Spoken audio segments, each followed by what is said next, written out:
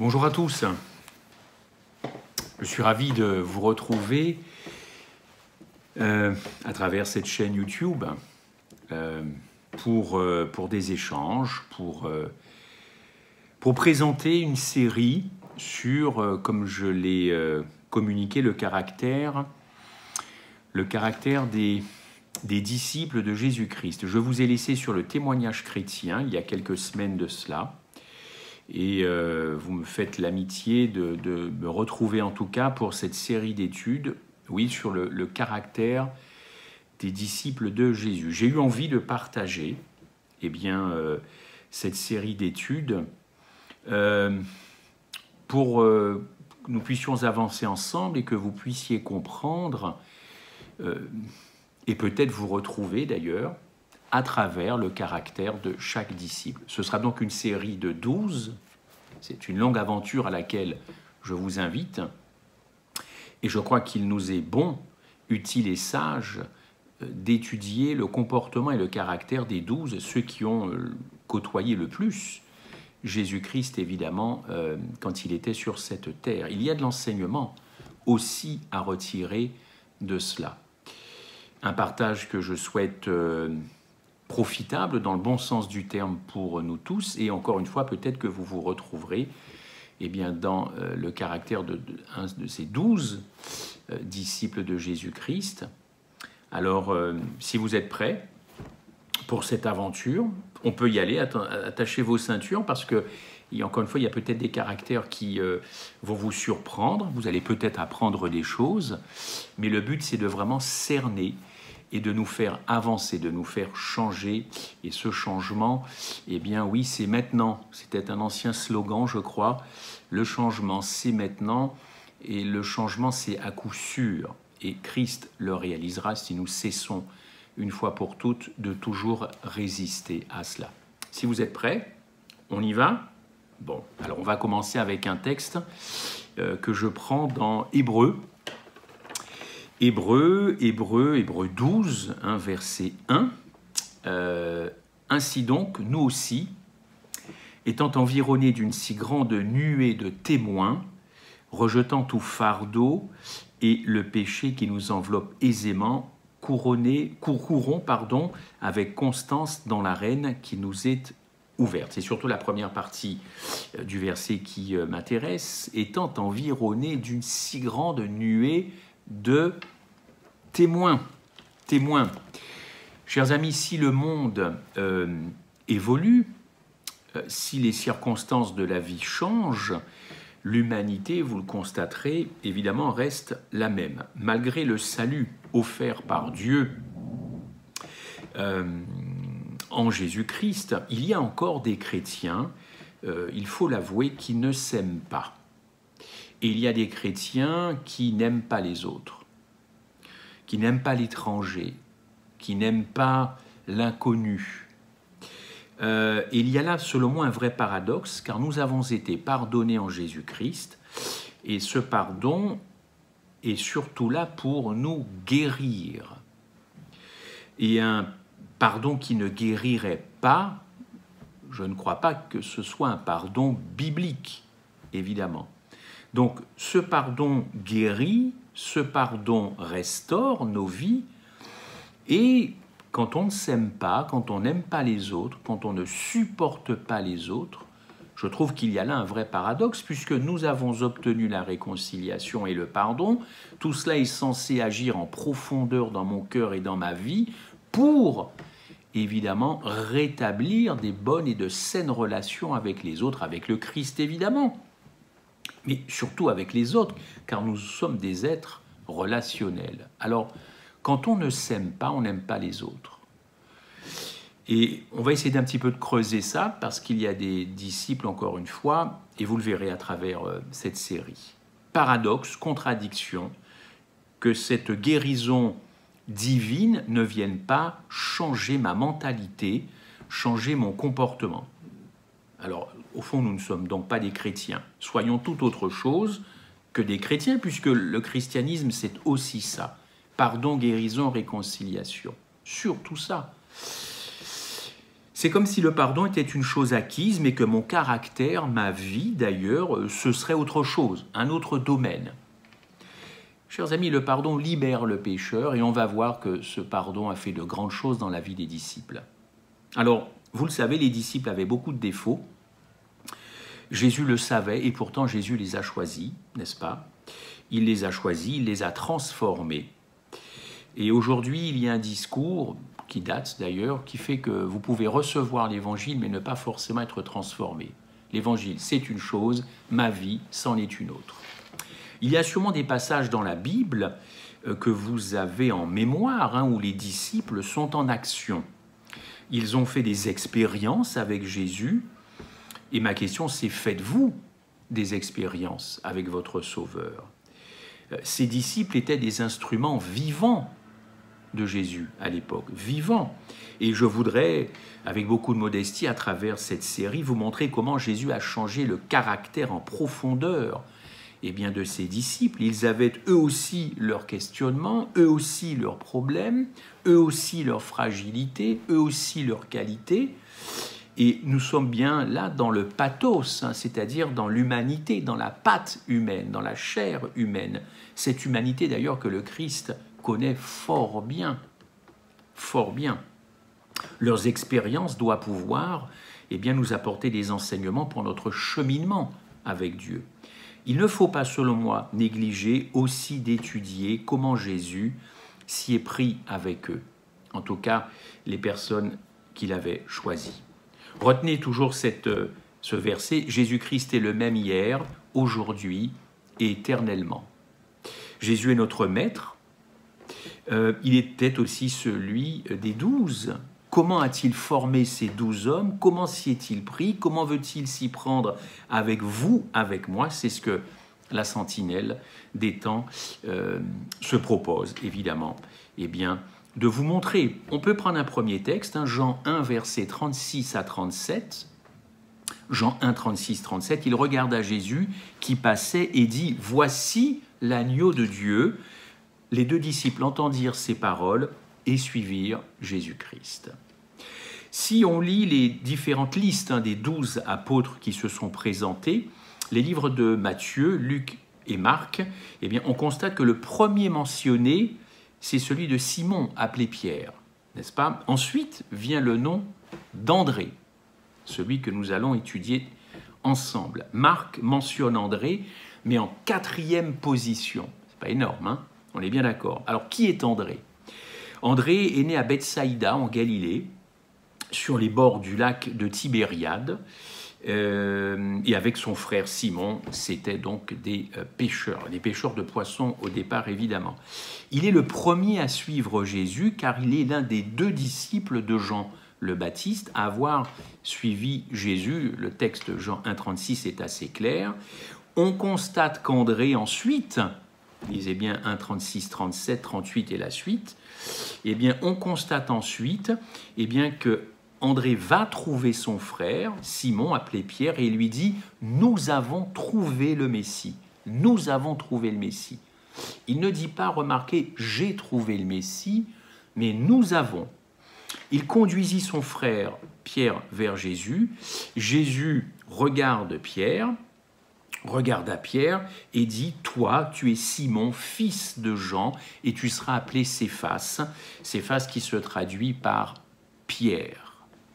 André est pour l'heure le disciple de Jean-Baptiste. On est bien d'accord. Et vous remarquerez qu'il lui a suffi de passer 24 heures, une journée, le texte le dit, avec Jésus pour être convaincu que Jésus était bien le Messie. Il a passé une journée décisive dans sa vie, une journée, si vous le permettez, un peu en tête-à-tête, qui fera de lui le premier évangéliste. André ne prend pas beaucoup de place dans la Bible, il faut l'avouer. On le retrouvera plus tard au bord du lac de Tibériade, on le verra tout à l'heure, et c'est vraiment là qu'il va se décider pour Christ. Il n'est déjà plus le même homme. 24 heures après, il n'est déjà plus le même homme et il va tout abandonner pour Jésus-Christ. André apparaît quelqu'un comme de discret. C'est pour ça que je l'ai appelé André le discret, qui ne cherche pas à attirer la lumière sur lui, il ne cherche pas à attirer la couverture sur lui, il ne revendique rien, pas même d'ailleurs le fait d'être un précurseur. Il aurait pu se faire entendre et dire aux autres disciples après, mais écoutez, c'est moi qui ai reconnu le Messie en premier et pas mon frère. Donc arrêtez de vous ébahir devant mon frère, c'est moi qui ai reconnu le Christ le premier et c'est moi-même qui suis allé trouver mon frère pour lui donner cette nouvelle, pour lui apporter cette nouvelle. C'est vrai que Jésus ensuite déclara à Pierre, plutôt Pierre déclara à Jésus, « Tu es le Christ, le Fils du Dieu vivant ». Mais rappelez-vous toujours que c'est André qui, le premier, encore une fois, a reconnu évidemment Jésus comme le Christ. Et c'est André qui l'a dit encore une fois à son frère Pierre. Donc, André n'a pas fait d'histoire, n'est-ce pas? La Bible ne mentionne pas qu'il ait été jaloux. Il n'a pas fait d'histoire quand Jésus d'ailleurs donna un nouveau nom à son frère. Il aurait pu dire à Jésus, « Tu donnes un nouveau nom à mon frère, mais pourquoi pas à moi finalement? Qu'est-ce qu'il a de plus que moi ?» Non, la Bible ne mentionne encore une fois aucune jalousie, aucune animosité de la part d'André. Combien sont ceux parmi nous, parmi les chrétiens, qui revendiquent toujours quelque chose? Ils ont toujours quelque chose à revendiquer pour eux dans leur vie.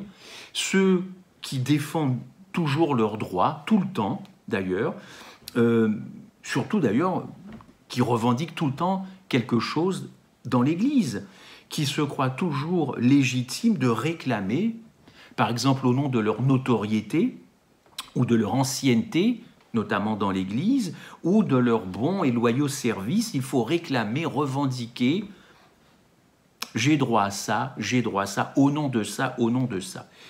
Chers amis, juste pour vous dire que l'Église, c'est avant tout et surtout un lieu de service, c'est un lieu de service, ce n'est pas un lieu où on vient réclamer, où on vient revendiquer, où on vient affirmer quoi que ce soit. L'Église n'a pas été conçue pour ça. André, observez bien, ne revendique rien, rien du tout. Il est même touché par l'accueil que Jésus réserve à son frère. André va recevoir lui aussi un appel. C'est le même appel pour Pierre, mais ils n'auront pas le même, évidemment, ministère. Remarquez qu'André ne suit pas non plus Jésus sur un coup de tête. Il était, je l'ai dit, avant tout, le disciple de Jean-Baptiste, qui était le leader un petit peu de l'époque, mais son cœur pendant ce temps-là avait été préparé, effectivement, pour l'appel du Maître. Nous savons que nous pouvons tous recevoir un appel avec une mission différente, une responsabilité différente. Rappelez-vous la parabole des talents. Prenez le texte de Matthieu 25, verset 14, lisez-le, Matthieu 25, 14. Écoutez, la joie du Maître n'est pas dans la quantité reçue, mais dans la mise en œuvre de chacun et dans la récolte en fonction de ce qu'il avait reçu. Je pense que c'est ça l'interprétation classique et juste de cette parabole Matthieu 25, 14. Et pourtant, en 2020, on trouve des chrétiens qui pensent que c'est dans la multiplication de leurs actions pour Christ qu'ils seront davantage bénis. Mais un chrétien, c'est pas un épicier, c'est pas quelqu'un qui fait les choses pour être béni au centuple. Jésus, dans cette parabole, ne pèse pas la valeur du serviteur dans son style de ministère qu'il exerce, ni dans la quantité d'âmes sauvées ou dans l'organisation, encore une fois, d'activités spirituelles. Dieu mesure la valeur du serviteur dans l'esprit avec lequel le service est exercé dans ce ministère, autrement dit la motivation, autrement dit l'état d'esprit. André et Pierre ont été appelés par Jésus pour servir le Christ, et leur joie doit être à ce niveau-là. Notre joie doit être à ce niveau-là, et non pas dans la place que le Christ attribue aux uns ou aux autres. Les critères de Dieu pour placer ses serviteurs ne sont pas nos critères. Pierre n'a pas eu forcément la plus belle place, mais il a eu la place que Jésus lui a donnée. La joie d'André est d'avoir conduit Pierre à Christ et de voir Ce que Christ a fait de Pierre, là est la joie. La joie, elle n'est pas dans le poste, elle est dans l'appel. Et la joie s'arrête là. Et on devrait être heureux de servir d'une façon totalement désintéressée. Combien d'ailleurs de grands serviteurs ont été conduits à Jésus par des personnes dont le nom n'est même plus connu. Quand vous amenez par exemple quelqu'un au baptême, il n'est pas utile de le faire savoir, selon moi. Le ciel est témoin. Et ça suffit largement. Que votre joie, que la mienne, soit intérieure. Et on voit par exemple trop souvent de situations où il faut absolument montrer eh bien, que c'est grâce à moi qu'un tel a pris le baptême, je lui ai donné des études, je l'ai amené à l'église. Écoutez, on veut être sur la photo. On veut être sur la photo.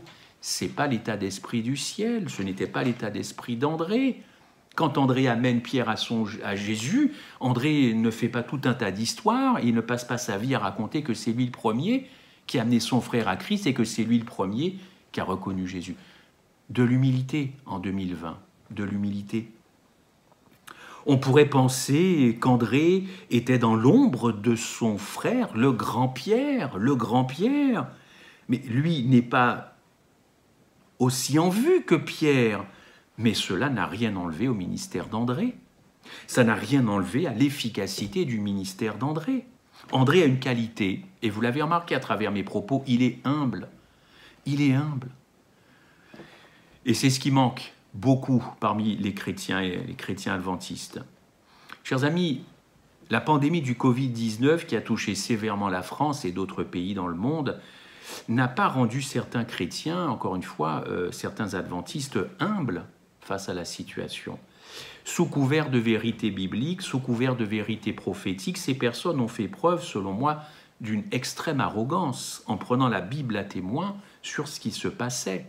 Ces mêmes personnes, d'ailleurs, ont échafaudé toutes sortes de théories farfelues quant à l'origine de ce virus, parlant de complot, parlant de conspiration, et tout ça a contribué à jeter beaucoup de suspicions sur telle ou telle catégorie d'individus, de médecins sur la santé. Ça a créé un climat de fait anxiogène, délétère. Chacun, j'ai remarqué, avait sa vérité, évidemment, sur ce qui se passait, sa vérité sur les événements. Chacun avait sa propre interprétation de tout cela, de ce Covid. Mais écoutez, face à des situations comme cela, le chrétien, c'est l'humilité qui doit prévaloir. Et c'est même en ce qui concerne les adventistes du 7e jour, une humilité face aux connaissances que nous avons de cela, grâce à la Bible, grâce à Dieu. Humilité tout de même. C'est ça qui devrait prévaloir. C'est ça qui aurait dû prévaloir. Regardez André. Regardez André. Servons-nous des disciples quand même. C'était eux les plus proches du Christ. André était humble. Et André va réapparaître dans les Écritures. Il va être soucieux des autres. Soucieux des autres. Pas tout le temps en train de flinguer les autres, mais soucieux des autres. Il réapparaît en Jean 6, versets 3 à 11. Je vais vous lire le texte. « Ayant levé les yeux et voyant qu'une grande foule venait à lui, Jésus dit à Philippe, « Où achetons-nous des pains pour que ces gens aient à manger ?» Il disait cela pour l'éprouver, car il savait ce qu'il allait faire. Philippe lui répondit, « Les pains qu'on aurait pu pour 200 deniers ne suffiraient pas pour que chacun en reçût un peu. » Philippe lui répondit, « Les pains qu'on aurait... » Ah pardon, excusez-moi, je viens de le dire. Il y a là, alors, intervention, un de ses disciples, André, frère de Simon-Pierre, dit, « Il y a ici un jeune garçon qui a 5 pains d'orge et 2 poissons. » Mais qu'est-ce que cela pour tant de gens, n'est-ce pas ? Jésus dit, faites-les asseoir. Il y avait dans ce lieu beaucoup d'herbes. Ils s'assirent donc au nombre de 5000 hommes. Vous connaissez ce texte. Jésus prit les pains, il rendit grâce, il les distribua. Et tout le monde a été servi et il en restait. Je rappelle le texte, Jean 6, verset 3. Écoutez, on a beaucoup parlé sur cet épisode. Effectivement, Jésus semble demander quelque chose d'impossible. Les disciples pensent d'ailleurs, grosso modo, que Jésus devrait laisser partir cette foule pour qu'elle aille se ravitailler. Jésus, au passage, teste la foi de Philippe, n'est-ce pas? On est d'accord. La réponse de Philippe, elle est réaliste en soi. Elle est réaliste, même s'il est franchement très ennuyé par la question de Jésus, et c'est là qu'intervient André. C'est là qu'intervient André. Il y a ici un jeune homme qui a 5 pains et 5 poissons. Remarquez bien le texte, hein. André ne sait pas trop comment ça va se terminer, cette histoire-là. Il ne sait pas trop. Mais il vient en aide à qui? À son ami Philippe. Philippe qui n'avait pas de réponse, si ce n'est éventuellement de laisser partir cette foule. Philippe n'avait pas de réponse à ce moment-là. André avait quelque chose à dire, il est venu en aide. Alors peut-être que les autres disciples se sont dit qu'André avait perdu la tête, que c'était totalement irréaliste, que c'était un homme ridicule. Bien sûr, 5 pains, 5 poissons pour 5000 hommes, impossible. Tu nous ridiculises quelque part, André. André trouve une solution. Il en propose une, en tout cas, chers amis. Il en propose une et il est venu au secours de ses amis et en premier lieu de Philippe, puisque c'est Philippe qui a été questionné par Jésus. Il ne laisse pas Philippe en plan, il vient aider Philippe. André l'effacé, mais André celui qui prend une initiative. André celui qui aime les autres. Souvent, Dieu nous met à l'épreuve, non pour son plaisir, chers amis, mais pour nous aider à réagir face à l'insurmontable, face à l'impossible, nous le savons. Si nous sommes des Philippe, nous aurons toujours besoin des André. Il faut des personnes comme André, c'est quelqu'un sur qui on peut compter, et c'est surtout, il faut des gens discrets dans la vie. Autre contexte, Jésus est à Jérusalem, et nous sommes au moment de la Pâque. Beaucoup de monde, beaucoup d'effervescence, beaucoup de bruit, beaucoup de choses. Jésus fait son entrée triomphale, vous le savez, c'est le texte de Jean 12, hein, on reste en Jean 12, versets 20-22. Je lis le texte, quelques Grecs du nombre de ceux qui étaient montés pour adorer, hein, donc ça ne les intéressait pas le reste, hein, ils voulaient vraiment adorer Jésus, pendant la fête s'adressèrent à Philippe, on retrouve Philippe, n'est-ce pas, de Bethsaïda en Galilée, et lui dire avec instance, hein, ce sont les différentes traductions, « Seigneur, nous voudrions voir Jésus ». Le texte, encore une fois, précise qu'il y avait une certaine insistance pour ces Grecs à voir Jésus. Encore une fois, ce n'est pas tant la fête à Jérusalem qui les intéressait. Existe-t-il encore des gens, n'est-ce pas, qui veulent rencontrer Jésus-Christ aujourd'hui? Est-ce qu'il en existe?